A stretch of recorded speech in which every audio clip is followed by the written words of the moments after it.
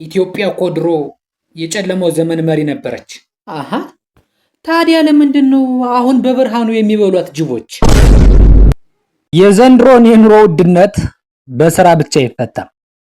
ምክንያቱም ጠዋት የነበረው ዋጋና ከሰዓት የሚመጣው ዋጋ ስለሚለያይ ዛሬ 1 ሊትር ዘይት 400 ብር ነው ብለህ ስራ ገብተህ ያለን ገቢና ወጪ አመጣጥነህ ምሽት ላይ በጧቱ ዋጋ ልትገዛ ስትሄድ 400 የነበረው 500 ሆኖ ታገኘዋለህ።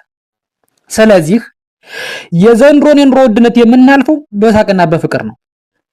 ምክንያቱም ፍቅር ካለ ቢያንስ ክብብ ብለን እናወራለን፣ እንጫወታለን፣ እንስቃለን። ያለችንን በፍቅር በልተን ተደጋግፈን እናድራለን። ስለዚህ ምን ያስፈልገናል? ፍቅር ብቻ።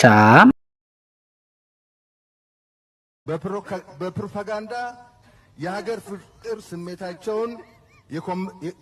ስሜታቸው የኮሰመነውንና የሉዓላዊነታችንን ጠላቶቻችን ተገንዝበዋል። ስንት ብር ትፈልጋለህ? እኔ ብዙ ቢሊዮኖች ቢመጡልኝ ደስ ይለኛል። አሁን ቢሊዮን ሳይሆን የምትፈልገው ብር ንገር። እኔ አሁን 200 ሚሊዮን። ምን አልክ? እኔ ብዙ ብር እፈልጋለሁ። እግዚአብሔር ሰው፣ እኔ ብዙ ሰዎችን መርዳት እፈልጋለሁ።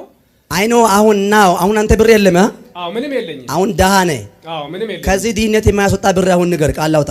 በቃ 50 ሚሊዮን ይሁን ለጊዜው። ኧረ እባክሽ በራሴ ስልክ ማግኘት አይችሉም ምናምን ትላለች።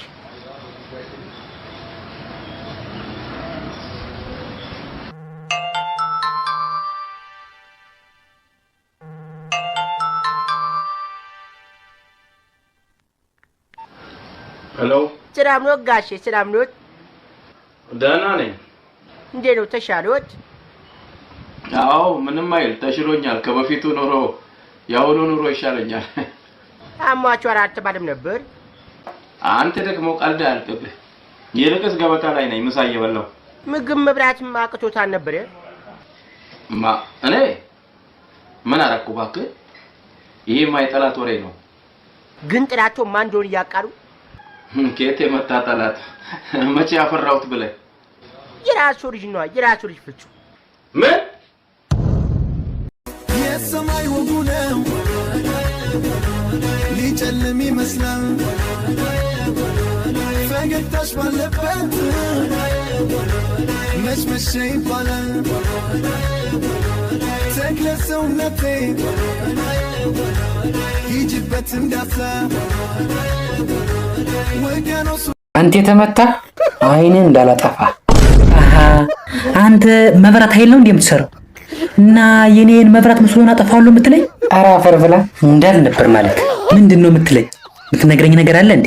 ኧረ ይሄ ምን አይነት አተላ ነው? በእግዚአብሔር አተላ ማለት የቡናው ነው የጠላው አተላ? ቆይ ግን እውነት ሰው ነህ? ምን ነው ጠቁሬ ጺሜ በስቶስተው ዝንጀሮ መስዬ ነው? አይ ፍቅር ነህ።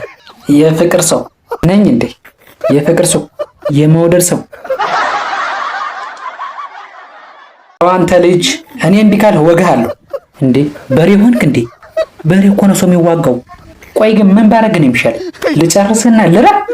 መቼ ጀመረ ነው የምትጨርሰኝ እንዴ? ደግሞ ስታየኝ ግንብ መስላለሁ እንዴ የምትጨርሰኝ?